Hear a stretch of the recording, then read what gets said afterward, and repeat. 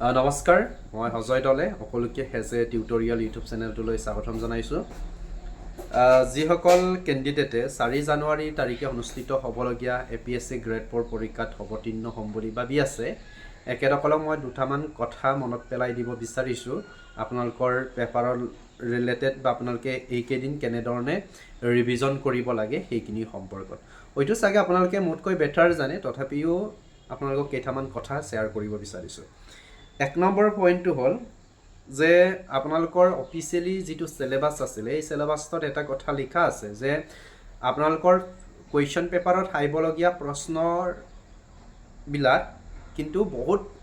হাই লেভেলত নহয় আপোনালোকৰ 6 7 8 ষ্টেণ্ডাৰ্ড আহিব আপোনালোকে নিশ্চয় 6 7 8 ৰ কিতাপ পঢ়িছে বা 6 7 8 ৰ অংকবিলাক কেনেকুৱা বা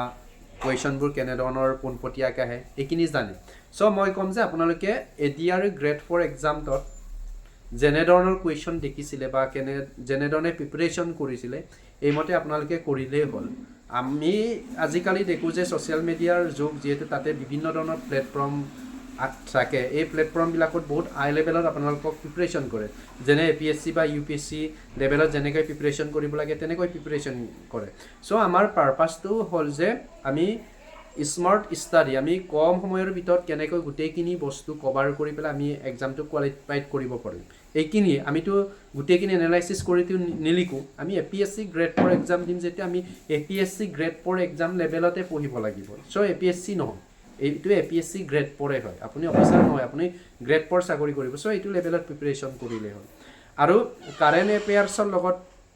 বহুতৰ এটা ডাউট থাকে বা বহুতে সেই সম্পৰ্কত সোধে যে কিমান মানৰ পৰা চাম অলৰেডি আপোনালোকৰ APSC গ্ৰেড 4 ৰ যিখিনি কুৱেশ্যন পেপাৰ সেইখিনি সেটআপ হৈ গৈছে সো আপোনালোকে ডিসেম্বৰৰ 5 তাৰিখৰ আগলৈকে আপোনালোকে কাৰেণ্ট এফেয়াৰ্ছক ডিসেম্বৰ 5 তাৰিখৰ পিছৰখিনি চাব নালাগে অলৰেডি আপোনালোকৰ পেপাৰখিনি মেকিং হৈ গৈছে আৰু কাৰেণ্ট এফেয়াৰ্ছখিনি চাওঁতে আপোনালোকে এটা কথা মনত ৰাখিব আমাৰ আসাম ৰিলেটেড আসামৰ স্পৰ্ট পাৰ্সন বা আমাৰ মিনিষ্টাৰ তেনেধৰণৰ বিষয়বস্তুবিলাক বা আমাৰ আসামৰ লগত ৰিলেটেড কিবা বাউণ্ডাৰী বা কিবা হাল হলনি হৈছে নেকি কিবা নতুনত্ব আহিছে নেকি এই গোটেইখিনি বস্তু আপোনালোকে একবাৰ চালি জাৰি চাব আৰু জিকেৰ ক্ষেত্ৰতো যেহেতু কৈছে স্পেচিফিক আসাম বুলি এটা টপিকে দিছে যে আসাম ৰেফাৰেন্সৰ 20টা কুৱেশ্যন আহিব 20টাতকৈ অধিক আহিব কিন্তু তাতে মেনশ্যন কৰা আছে স্পেচিফিক আসাম বুলি সো 20 নম্বৰ আহিব বুলি সো আপোনালোকে পৰাপক্ষত ওয়াৰ্ল্ড হিষ্ট্ৰী ইণ্ডিয়ান হিষ্ট্ৰী বেছিকৈ প্ৰকাশ কৰাতকৈ সেইকেইদিন সময়ৰ ভিতৰত আপোনালোকে আসাম ৰিলেটেড বেছিকৈ চাওক আৰু মেথছৰ কুৱেশ্যনখিনি আপোনালোকে প্ৰেক্টিছ কৰক আৰু মেথছৰ কুৱেশ্যন বুলি কওঁতে মই এটা কথা কওঁ আপোনালোকে বহুত হাই লেভেলত প্ৰিপাৰেশ্যন কৰিব নালাগে যিটো বস্তু এতিয়ালৈকে আপোনালোকে শিকি থৈছে মানে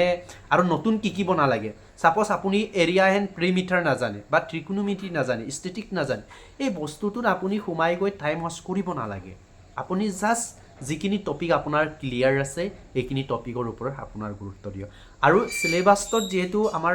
লিখা আছে যে কোনটো টপিকৰ পৰা কিমান নম্বৰ আহিব এই টপিকবিলাকে বেছি গুৰুত্ব দিব যিটো টপিকৰ পৰা বেছি নম্বৰ আহিব এই টপিকটোক বেছি গুৰুত্ব দিয়ক আৰু এতিয়া বেলেগ কোৰ্স লৈ পেইড কোৰ্স লৈ আপোনালোকে সেইখিনি PDF CDF লৈ পেলাই পঢ়িব নালাগে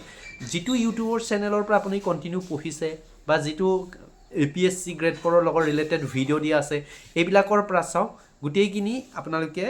তেতিয়া কভাৰ কৰিব পাৰিব যদি গোটেই ইউটিউবত সোমাই গৈ যদি APSC বা গ্ৰেড 4 ৰ ক্লাছ চাব বিচাৰিছে বা ক্লাছ কৰিব বিচাৰিছে যদি গোটেই মহাভাৰত UPSC বা APSC লেভেলত যদি আপুনি এই সময় কেইদিন এই দুদিনৰ এসপ্তাহৰ মাজত যদি আপুনি প্ৰিপাৰেশ্যন কৰিব বিচাৰে বা জিৰ'ৰ পৰা ষ্টাৰ্ট কৰিব বিচাৰে তেতিয়াওতো নহ'ব সো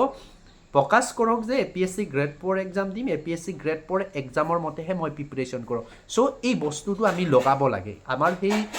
মগজুটো এপ্লাই কৰিব লাগে আমি কেনেকৈ এক্সামটো ক্ৰেক কৰিব পাৰে সো এইখিনি কথা ক'লোঁ আপোনালোকে সেইখিনি চালি জাৰি চাওক আৰু যিমান পাৰে আপোনালোকে এতিয়ালৈকে যিমানখিনি শ্বৰ্ট নোট বনালে এইখিনি আপোনালোকে ৰিভিজন কৰক ৰিভিজন কৰিলে আপোনালোকে এক্সামত কি কৰিব পাৰিব